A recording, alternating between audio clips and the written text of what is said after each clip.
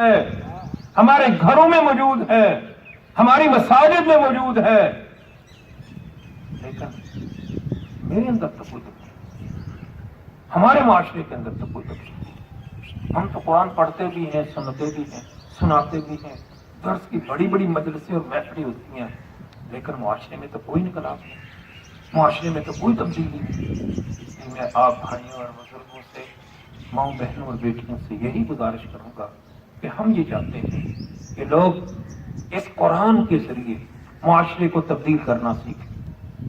یہ جو فہم قرآن و سنت کلاسیں پاکستان کے طول و عرض میں ہوتی ہیں اور اب بھی ہو رہی ہیں، ان کا ایک ہی مقصد ہے کہ معاشرے کے اندر تبدیلی لائے جائے، اللہ کے نظام کے غلبے کی کوشش کی جائے۔ جب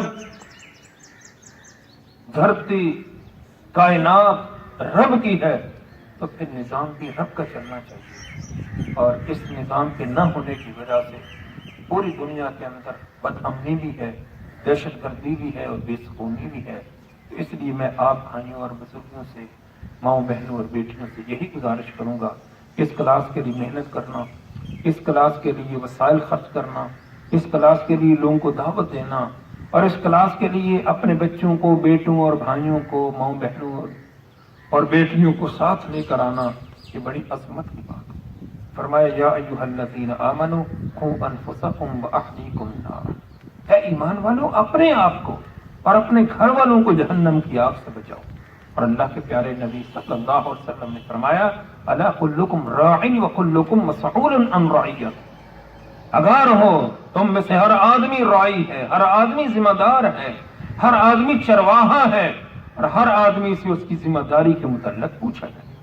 میں گھر کا سربراہ ہوں تو گھر کے حوالے سے مجھ سے پوچھے، خاندان کا سربراہ ہوں، خاندان کے حوالے سے مجھ سے پوچھا جائے گا، شہر کا سربراہ ہوں، شہر کے حوالے سے مجھ سے رب پوچھے گا، اور ملک کا سربراہ ہوں تو اللہ تعالیٰ مجھ سے پوچھیں گے۔ اس لیے میں آپ بھائیوں اور بزرگوں سے گزارش کروں گا، اور آخر میں بھی انشاءاللہ یہ بات ہوگی کہ آپ ماشاءاللہ خود محبت کے ساتھ تشریف لاتے ہیں، بڑی تعداد میں آئے۔ پہلے دن عمومی طور پر حاضری کم ہوتی ہے، لیکن الحمدللہ بہت سارے بھائی اور بزرگ اور بالخصوص بیٹے اور نوجوان اور بیٹیاں موجود ہیں۔ ہم سب کا شکریہ ادا کرتے ہیں، اور آپ سے یہی گزارش کرتے ہیں کہ آپ اس کے لیے مزید محنت اور پلانت کریں۔ کرسیاں بھی ماشاءاللہ بڑی تعداد میں ہیں، انتظامات بھی یہاں کسی چیز کی کوئی کمی نہیں ہے، اور انشاءاللہ کل ہمارا یہ پروگرام بروقت شروع ہوگا۔ لیکن آپ کے ذمہ کام صرف ایک ہے، باقی کام آپ نے ذمہ نہ لیں، صرف ایک کام ہے کہ آپ اس پورے علاقے میں، معاشرے میں پھیل جائیں اور اس پروگرام کی دعوت لوگوں کو دیں، اور ان کو بتائیں کہ امت جو مسلک پرستی کے اندر، فرقہ بندی کے اندر تقسیم ہے، مختلف حادثات کے اندر تقسیم ہے، امت کو جوڑنے کا ذریعہ ہے قرآن و سنت۔ فہم قرآن و سنت میں اس طرح کی کوئی ڈسکس نہیں، اس طرح کی کوئی بات نہیں۔ ہم تو امت کو جوڑنے والے لوگ، ہم تو محبتیں پیدا کرنے والے لوگ، ہم تو قربتیں پیدا کرنے والے لوگ ہیں۔ اس لیے آپ لوگوں کو اس قرآن کے سائے میں بٹھائیں، انشاءاللہ لوگوں کی تربیت بھی ہوگی، لوگوں کا تزکیہ بھی ہوگا، اور لوگوں کے اندر والدین کا، اعزا اقارب کا، بڑوں کا اور معاشرے کا احترام بھی پیدا ہوگا۔ اس لیے میری آپ سے گزارش ہے کہ مزید اس کے لیے پلاننگ اور محنت کرنے کی ضرورت ہے۔ اور یہ جو آیات مبارکہ سورہ بنی اسرائیل کی، اس کا میں نے انتخاب کیا ہے، ان آیات مبارکہ کے اندر بھی اللہ تعالیٰ نے اسی بات کا حکم دیا۔ یہ جو میں نے کچھ گزارشات آپ کے سامنے رکھی ہیں، اللہ تعالیٰ نے ان آیات مبارکہ کے اندر اسی بات کا حکم دیا۔ اللہ فرماتے ہیں ان ھذا القرآن یہدی للتی ہی اقوم، کہ بے شک یہ قرآن وہ راستہ دکھاتا ہے جو سب سے سیدھا بہترین ہے، جس کے اندر نقصان اور گھاٹے کا تصور بھی نہیں ہے۔ قرآن وہ راستہ دکھاتا ہے۔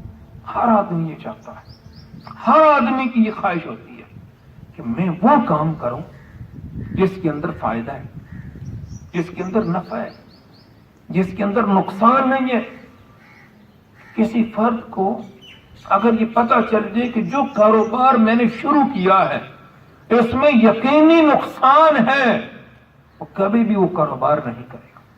مجھے اگر پتہ چل جائے کہ میں نے اپنے بچوں کو جس سکول کے اندر، جس ادارے کے اندر داخل کروایا ہے، وہ تو ادارہ بالکل ناکارہ ہے، وہاں تو کوئی تعلیم نہیں ہے، وہاں تو کوئی انتظام نہیں ہے، کبھی بھی میں اپنے بچوں کو وہاں نہیں رہنے دوں گا۔ اللہ یہ فرماتے ہیں قرآن جو راستہ دکھاتا ہے، قرآن جو راستہ بتلاتا ہے، وہ سب سے بہترین راستہ ہے، وہ سب سے سیدھا راستہ ہے۔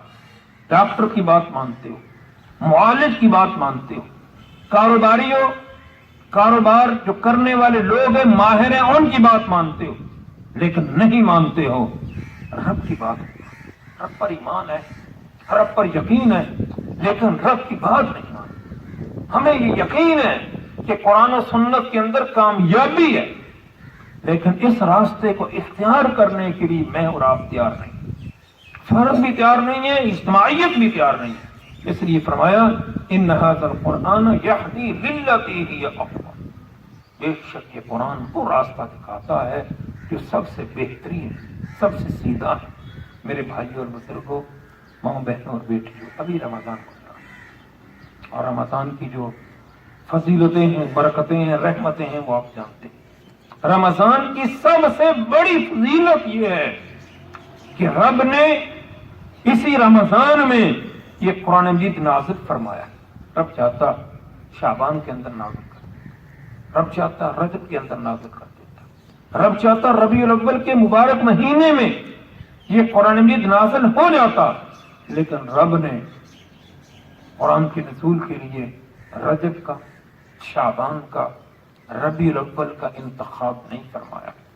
رب نے قرآن کے نزول کے لیے رمضان کا انتخاب فرمایا، لیلۃ القدر کا انتخاب فرمایا، اور فرمایا انا انزلناہ فی لیلۃ القدر، کہ ہم نے اس قرآن مجید کو لیلۃ القدر میں نازل فرمایا ہے۔ اور تمہیں کیا معلوم کہ لیلۃ القدر کیا ہے؟ لیلۃ القدر 1000 مہینوں سے بہتر ہے۔ اس لیے میرے بھائیوں اور بزرگوں، اس قرآن مجید کے ساتھ جڑنا، اس قرآن مجید کے لیے وقت نکالنا، صدق کے دل سے اس قرآن پر ایمان لانا، اس قرآن کو صحیح طریقے سے پڑھنے کی کوشش کرنا۔ آج ہمارے معاشرے میں، ہمارے گھروں میں اس چیز کی بھی بہت کمی ہے کہ ہم قرآن صحیح طریقے سے نہیں پڑھ سکتے، اور ہم یہ سمجھتے ہیں کہ صحیح طریقے سے نافذہ قرآن پڑھنے کی کیا اہمیت؟ بڑی اہمیت، صحیح طریقے سے قرآن پڑھا جائے۔ اور آپ جو قرآن حضرات ہیں ان سے پوچھ لیجیے گا کہ یہ جو کاف ہم پڑھتے ہیں، اگر موٹے کاف کی جگہ دوسرا کاف آپ پڑھ لیں گے تو معنی کے اندر کیا تبدیلی واقع ہوئی۔ اس لیے اس قرآن مجید کو صحیح طریقے سے پڑھنے کی کوشش کرنا، بزرگ بھی اس کے لیے محنت کریں، نوجوان بھی اس کے لیے محنت کریں، اور جو عمر رسیدہ ہے وہ بھی اس کے لیے محنت کریں، مائیں بہنیں اور بیٹیاں بھی اس کے لیے محنت کریں۔ اللہ کے پیارے نبی صلی اللہ علیہ وسلم نے فرمایا کہ جو آدمی قرآن پڑھنے کی کوشش کرتا ہے لیکن نہیں پڑھ سکتا اور اٹک اٹک کے پڑھتا ہے، اللہ تعالیٰ اس کو دوہرا اجر دیتے ہیں، ایک قرآن پڑھنے کا اور دوسرا مشقت اٹھانے کا۔ تو اگر آپ اس حوالے سے مشقت بھی اٹھائیں گے، آپ کی عمر زیادہ ہو گئی ہے، آپ الفاظ کی تصحیح کی کوشش کر رہے ہیں، الفاظ کو صحیح طریقے سے پڑھنے کی کوشش کر رہے ہیں، لیکن صحت نہیں ہو رہی، الفاظ صحیح ادا نہیں ہو رہے، پھر بھی اللہ تعالیٰ آپ کو اجر دیں گے، اور حدیث مبارکہ میں آتا ہے اللہ دوہرا اجر۔ اس لیے میں آپ بھائیوں اور بزرگوں سے یہی گزارش کروں گا کہ اس قرآن کو صحیح طریقے سے پڑھنے کی کوشش کی جائے، اس قرآن کو سمجھنے کی کوشش کی جائے۔ آج قرآن کے لیے وقت نہیں لوگوں کے پاس، قرآن کے ترجمے کے لیے وقت نہیں، قرآن کے مفہوم کے لیے وقت نہیں، قرآن کی تفسیر اور تشریح کے لیے وقت نہیں ہے۔ اس لیے قرآن مجید کو سمجھنا بہت ضروری ہے۔ جب تک ہم اس قرآن کو سمجھیں گے نہیں تو عمل کی زندگی میں کیا آئے گا؟ اس لیے میں آپ سے، بھائیوں اور بزرگوں سے، ماں بہنوں اور بیٹیوں سے گزارش کروں گا کہ یہ جو فہم قرآن و سنت کلاس چل رہی ہے، اس کا ایک مقصد یہ ہے کہ قرآن مجید کا کچھ حصہ تو اس کا ترجمہ آپ کے سامنے رکھ دیا جائے، اس کا مفہوم آپ کے سامنے رکھ دیا جائے، اس کی تشریح آپ کے سامنے رکھ دی جائے، تاکہ کم از کم وہ حصہ تو آپ جان لیں، وہ حصہ تو آپ کے علم میں آ جائے۔ اور میں آپ بھائیوں اور بزرگوں سے، ماں بہنوں اور بیٹیوں سے یہ بھی گزارش کروں گا کہ قرآن مجید کے ساتھ ساتھ اللہ کے پیارے نبی صلی اللہ علیہ وسلم کی احادیث مبارکہ کو بھی سمجھنے کی، پڑھنے کی اور یاد کرنے کی کوشش کی جائے۔ اور جس طرح حدیث مبارکہ میں آتا ہے، اللہ کے پیارے نبی صلی اللہ علیہ وسلم نے فرمایا کہ جو آدمی میری امت میں سے احکام والی 40 احادیث زبانی یاد کر لے گا، قیامت والے دن اس کو اس حال میں اٹھایا جائے گا کہ وہ سفارشی ہوگا اور اللہ تعالیٰ اس کی سفارش کو قبول فرمائے۔ اس لیے جہاں ہم قرآن کا کچھ حصہ زبانی یاد کرتے ہیں، قرآن کے کچھ حصے کو سمجھنے کی کوشش کرتے ہیں، وہاں ہمیں چاہیے کہ ہم احادیث مبارکہ کا بھی کچھ مجموعہ، کچھ حصہ زبانی یاد کریں، اس کو بھی سمجھنے کی کوشش کریں تاکہ ہماری زندگی کے اندر تبدیلی اور انقلاب آئے۔ اس لیے فرمایا ان ھذا القرآن یہدی للتی ہی اقوم، کہ بے شک یہ قرآن وہ راستہ دکھاتا ہے جو سب سے بہترین اور سیدھا راستہ ہے۔ وَيُبَشِّرُ الْمُؤْمِنِينَ، اور اللہ خوشخبری سناتے ہیں ایمان والوں کو، الَّذِينَ يَعْمَلُونَ الصَّالِحَاتِ، کون سے ایمان والے؟ جو نیک کام کرتے۔ ایمان عمل کے بغیر نہیں ہے۔ یہ نہیں ہو سکتا کہ ایک آدمی اپنے آپ کو مسلمان کہے، ایمان کا دعویٰ کرے اور عمل سے خالی ہو۔ اس لیے اللہ فرماتے ہیں کہ اللہ ان ایمان والوں کو خوشخبری دیتے ہیں جو نیک کام کرتے ہیں۔ لیکن آج ہمارے معاشرے میں بہت سارے لوگ ایسے ہیں جو ایمان کے دعوے دار تو ہیں لیکن عمل سے خالی۔ نماز بڑا بنیادی عمل ہے، بڑی بنیادی چیز ہے۔ اللہ کے پیارے نبی صلی اللہ علیہ وسلم نے فرمایا کہ الصلاۃ عماد الدین، من اقامها فقد اقام الدین ومن حدمها فقد حدم الدین، کہ نماز تو دین کی بنیاد ہے، جس نے اس نماز کو قائم کیا اس نے دین کو قائم کیا، اور جس نے اس نماز کو چھوڑ دیا اس نے دین کو چھوڑ دیا۔ ہم اپنے گھروں میں دیکھ لیں، قرب و جوار میں دیکھ لیں، گلی محلے میں دیکھ لیں، خاندان اور برادری میں دیکھ لیں، اپنے بچوں اور بیٹوں میں دیکھ لیں، اپنی بیٹیوں میں دیکھ لیں، کتنے لوگ ایسے ہیں جو نماز کی پابندی کرتے ہیں، کبھی پڑھ لی کبھی نہ پڑھی، یہ نہیں، نماز کی پابندی کرتے ہیں۔ اور کتنے لوگ ایسے ہیں جو پابندی کے ساتھ نماز نہیں پڑھتے۔ اللہ کے پیارے نبی صلی اللہ علیہ وسلم نے اس نماز کی بڑی اہمیت بیان فرمائی۔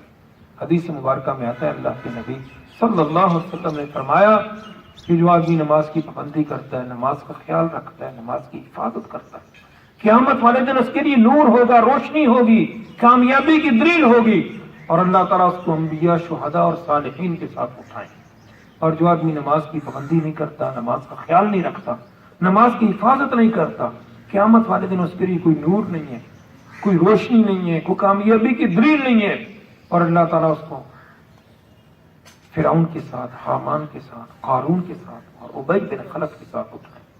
تو اس لیے میرے بھائیوں اور بزرگوں، اللہ یہ فرماتے ہیں کہ خوشخبری سنا دو ان ایمان والوں کو جو نیک کام کرتے ہیں، ان لہم اجرا کبیر، کہ ان کے لیے بڑا اجر۔ تو اس لیے ہم ایمان کے دعوے دار ہیں، ہم ایمان والے ہیں، لیکن ہم اس ایمان کے ساتھ ساتھ عمل کو بھی اپنی زندگی میں لائیں گے، ہم عملی زندگی بھی اسی ایمان کے مطابق گزارنے کی کوشش کریں گے، پھر اللہ کے ہاں اجر ملے گا۔ اور آگے فرمایا وَأَنَّ الَّذِينَ لَا يُؤْمِنُونَ بِالْآخِرَةِ، اور وہ لوگ جو آخرت پر ایمان نہیں لاتے، أَعْتَدْنَا لَهُمْ عَذَابًا أَلِيمًا، ایسے لوگوں کے لیے ہم نے دردناک عذاب تیار کر رکھا ہے۔ تو میرے بھائیوں اور بزرگوں، قرآن مجید کا رب نے ذکر فرمایا، اس کے بعد پھر اللہ تعالیٰ نے یہ فرمایا کہ اس دنیا میں دو گروہ ہیں، ایک اہل ایمان کا گروہ ہے اور دوسرا اہل کفر کا گروہ ہے، تیسرا کوئی گروہ نہیں۔ جو منافقین ہیں وہ بھی اہل کفر میں شامل ہیں۔ اس لیے اللہ تعالیٰ نے دنیا کے اندر دو گروہوں کا ہی ذکر فرمایا۔ ٹھیک ہے، قرآن مجید میں منافقین کا بھی الگ ذکر ہے، لیکن منافقین کا ٹھکانہ بھی وہی ہے جو کافروں کا ٹھکانہ ہے۔ جب ٹھکانے دو ہیں آخرت میں تو لامحالہ دنیا میں گروہ بھی دو ہی ہوں گے، ایک اہل ایمان کا گروہ ہے اور دوسرا اہل کفر کا گروہ ہے۔ ہم اللہ کی توفیق سے اہل ایمان کی گروہ میں شامل، ہم ایمان والے ہیں، تو صرف زبانی ایمان اللہ کے ہاں معتبر نہیں ہوگا جب تک اس ایمان کے مطابق ہم عمل نہیں کریں گے، اس ایمان کے تقاضوں کو پورا کرنے کی کوشش نہیں کریں گے۔ اور ایمان کے تقاضے کیا ہیں؟ قل ان صلاتي ونسكي ومحياي ومماتي للہ رب العالمین، نماز رب کے لیے، قربانی رب کے لیے، موت رب کے لیے اور زندگی رب کے لیے۔ یہ ہے ایمان کے تقاضے. تو میں آپ بھائیوں اور بزرگوں کا شکریہ ادا کرتا ہوں کہ آپ اتنی محبت کے ساتھ اس درس کے پروگرام میں آئے ہیں. انشاءاللہ یہ 10 دن کلاس چلتی رہے گی، لیکن آپ سے یہی گزارش ہے کہ آپ کسی میں ایک ہی کام کریں کہ آپ اہل ایمان کو دعوت دیں. آپ اس پروگرام میں لوگوں کو لے کر آئیں، صرف دعوت دینے پر اکتفا نہ کریں. ومن احسن قولا ممن دعا الی اللہ، اس شخص سے بڑھ کر کس کی اچھی بات ہو سکتی ہے جو لوگوں کو اللہ کی طرف بلائے، وعمل صالحا، اور خود بھی نیک کام کرے. اس لیے صرف دعوت دینے پر اکتفا نہ کریں، لوگوں کو ساتھ بھی کریں، اور آغاز اپنے گھر سے کریں، اپنے خاندان سے کریں. آج بہت زیادہ ضرورت اس بات کی ہے کہ میں جس مشن کے ساتھ، جس مقصد کے ساتھ جڑا ہوا ہوں، میری اولاد بھی اس مشن کے ساتھ جڑ جائے. ورنہ مختلف طریقوں سے ہمارے گھروں میں نقب لگایا جا رہا ہے، ہمارے خاندان میں نقب لگایا جا رہا ہے. اس لیے ہم سب کی یہ بڑی ذمہ داری بنتی ہے کہ ہم سب سے پہلے اپنی اولاد اور اپنے گھر والوں کی فکر کریں کہ جس مشن کے ساتھ ہم جڑے ہوئے ہیں ہماری اولاد بھی اس مشن کے ساتھ جڑ جائے. لقمان علیہ السلام نے اپنے بیٹے کو کیا وصیت فرمائی؟ یا بنی اقم الصلاۃ، اے میرے بیٹے نماز کو قائم کرنا. تو اس لیے میں بھی آپ سے یہی گزارش کروں گا کہ اس درس کے پروگرام میں ہم خود بھی بیٹھیں اور اپنے خاندان کو، اپنے گھر والوں کو، اپنے بیٹوں اور بیٹیوں کو اس قرآن کے سائے میں بٹھائیں. انشاءاللہ تربیت بھی ہوگی، تزکیہ بھی ہوگا، اور ہم جو خیر ان سے چاہتے ہیں رب وہ خیر بھی ان کے دلوں میں ڈالے گا. اللہ تعالیٰ سے دعا ہے اللہ تعالیٰ مجھے بھی اور آپ کو بھی ان باتوں پر عمل کرنے کی توفیق عطا فرمائے. وآخر دعوانا ان الحمد للہ رب العالمین.